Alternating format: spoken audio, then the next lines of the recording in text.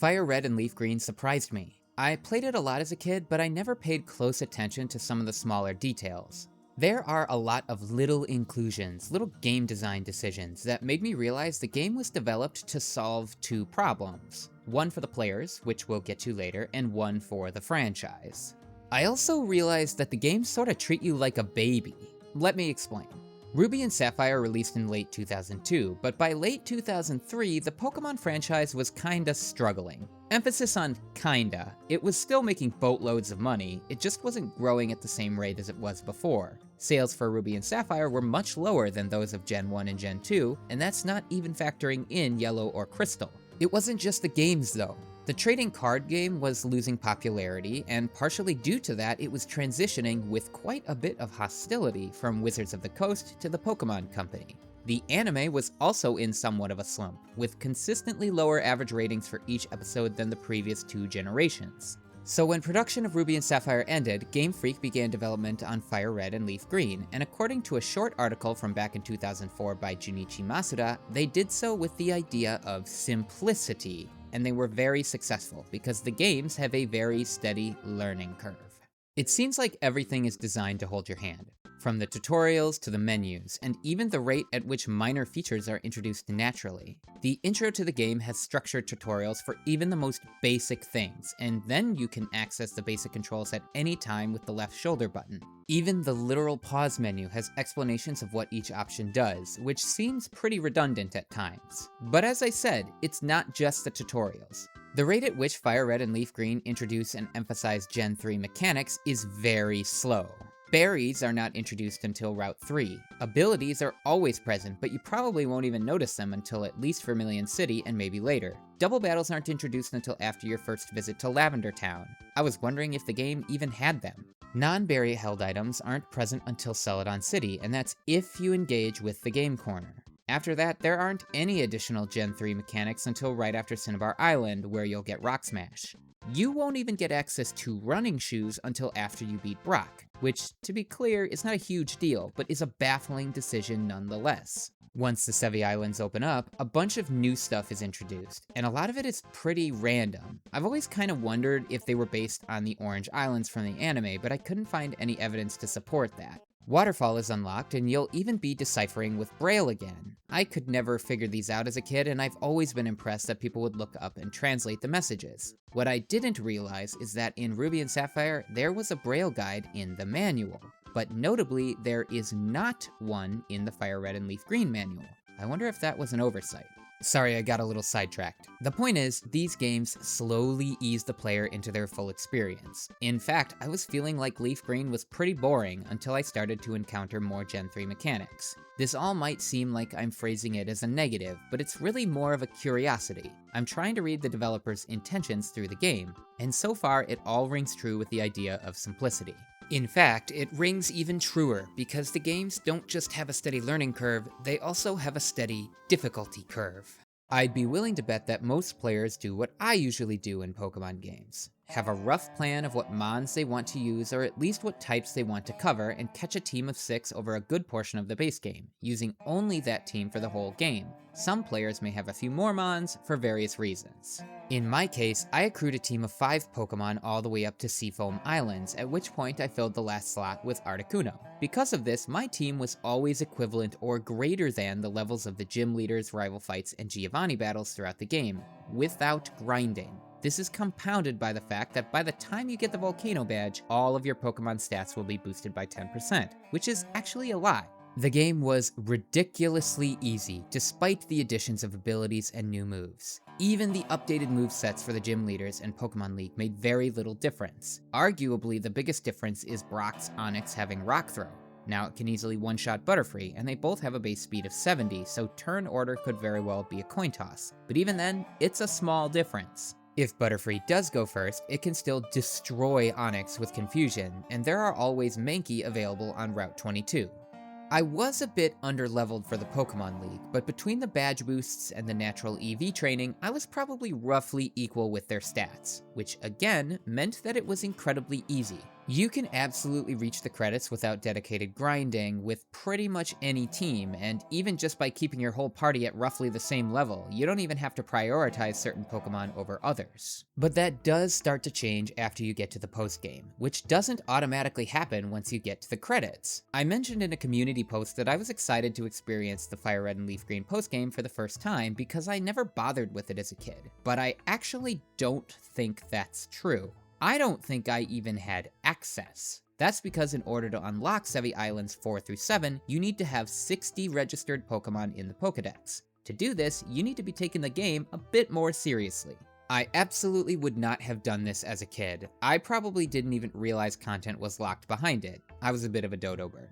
Once I realized what I needed to do in my recent playthrough, I had to go through and register around 50 new Pokemon, which was actually pretty quick. Having access to the entire mainland and fly let me accomplish this within a couple hours. I did this while sitting on the couch and playing in handheld mode, which really brought me back memories of playing classic Pokemon games as a kid. The Sevii Islands are filled with much tougher trainers and high-level Pokemon, but you'll probably outlevel all of them from the beginning. There's a lot of XP to be earned here, but unless you intentionally grind, your team will be underleveled for the super boss of the game in the Pokemon League rematch. The Elite Four and Champion Fight all have much higher level Pokemon with slightly changed movesets and a replacement Gen 2 Pokemon, which makes for an appropriately difficult post-game challenge. Honestly, it works better, game design-wise, than Red in Gold, Silver, and Crystal, and in my opinion better than the Gym Leader and Pokemon League changes in Emerald as well. Lorelei's Piloswine throws a wrench into any electric-based strategy. Bruno's 2 Steelix have such high defense that even using a fighting type is going to be tough, and using a fire type is risky. Agatha's Mischievous might seem like a small difference from Haunter, perhaps even a downgrade due to its base stats, but it has a much stronger moveset in Thunderbolt, Shadow Ball, Psychic, and Attract.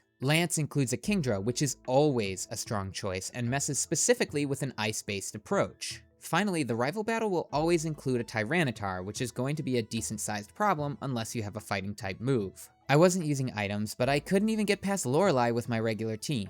I only gave it one try, though. I did clear the rematch by solely using Mewtwo, specifically without having to switch or use a revive. It was quite easy, but of course it was. Mewtwo's base stats are so astronomically high by Gen 3 standards that it was never going to be a challenge. I used Earthquake, Rain Dance, Thunder, and Psychic, and I one-shot almost everything. Then there's the Trainer Tower, which is an innovative take on the Battle Tower from Crystal and Ruby and Sapphire, and is the ultimate postgame challenge of FireRed and LeafGreen. It included Double Mode, which is great and notably missing from Ruby and Sapphire. Knockout Mode is a neat experiment, if not a little boring. It really is just a single trainer battle with 3 Pokemon, but with more animations and transition screens. The Mixed Mode is also a nice inclusion. Like the Battle Towers, all Pokemon are EV trained and level scaling is in place, which makes the battles really tough, and the whole thing being timed ties the whole feature together. It allows for use of all game mechanics, but incentivizes efficient play. It's built-in speedrunning, without the glitches. So why did Game Freak structure FireRed and LeafGreen with such steady learning and difficulty curves? I think these games were primarily designed for new players, particularly very young kids, and people who hadn't played a Pokemon game in a long time, like since Red and Blue. That doesn't seem like a huge chunk of time when looking at the series as a whole, but the franchise had already been around for 8 years. Super hand-holdy game design, a nearly straight leveling curve that only bends slightly near the end of the game, and an overall low difficulty, which increases only at the end of the post-game. All of this points to a development mindset of pulling in new players and dormant fans, and Game Freak went the extra mile to spruce up the experience. Fantastic new overworld visuals, beautiful pixel art illustrations for certain dungeon-like areas, awesome new Pokemon sprites, and excellently remixed music. All meant to fully realize the original Red and Blue. And it worked! FireRed and LeafGreen sold nearly as many copies in their first fiscal year as Ruby and Sapphire, and is nearly tied with them for lifetime sales, though this does include a recent re-release on Switch and Switch 2. These games did a lot to solve the franchise's problem. It brought in new and old fans alike and helped revitalize the series. Speaking personally, once I got my hands on FireRed as a kid, I wasn't interested in playing Blue or Yellow ever again. It felt like such a superior experience, and while the originals had their charm, it's hard to argue that FireRed and LeafGreen aren't strictly upgrades. Now let's talk about the player's problem.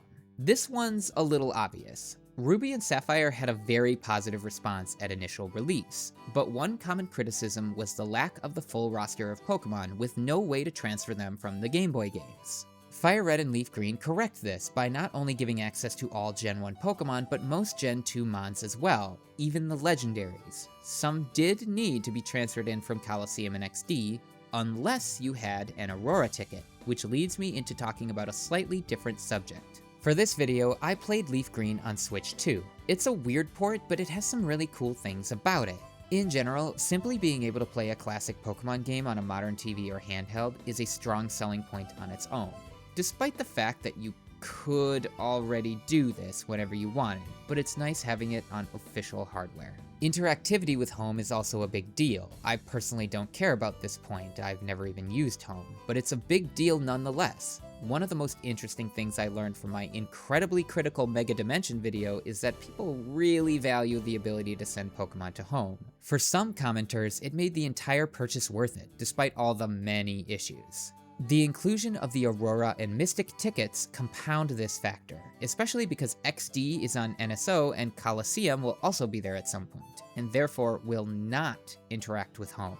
The tickets give access to Ho-Oh, Lugia, and Deoxys. They were only ever distributed at in-person events back when FireRed and LeafGreen were originally released on the Game Boy Advance. I never even knew these events existed.